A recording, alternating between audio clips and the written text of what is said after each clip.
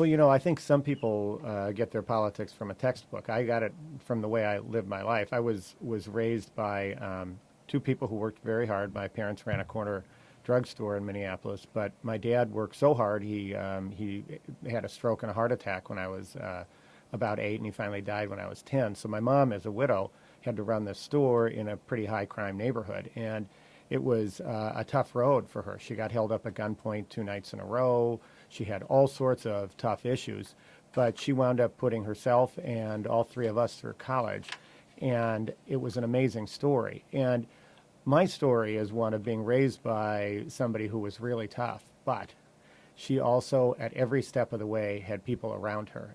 And I think people often get what it is to be a Minnesotan half right. They'll often refer to the fact that people are tough, and every Minnesotan is tough. You have to be to live here. You got that right. Yeah, but the second part of that that's so critical is that we are also uniquely in it together. I think Minnesotans are tough and they are compassionate at the same time. And a lot of places are compassionate and a lot of places are tough. But rarely do you see people who've come through such tough things and had their response been, I want to help somebody else too. The bridge, it collapses in that horrible August day. You now are the mayor, and it's just go back to that day and walk us through it, and walk us through how you got that darn thing built so beautifully and so well done within 9 months. And so for those first few hours, I was very focused on tactical issues, what to move, where, who was doing what.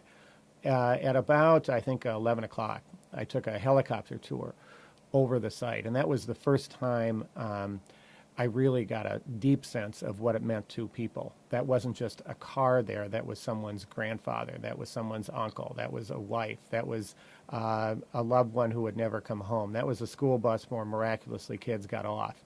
And the reporter in me clicked in, and I began to think about those stories. And so because the operation was going so well, I then went to the family center and really dug into who the people were and spent a lot of my time hands-on really helping people who were in need.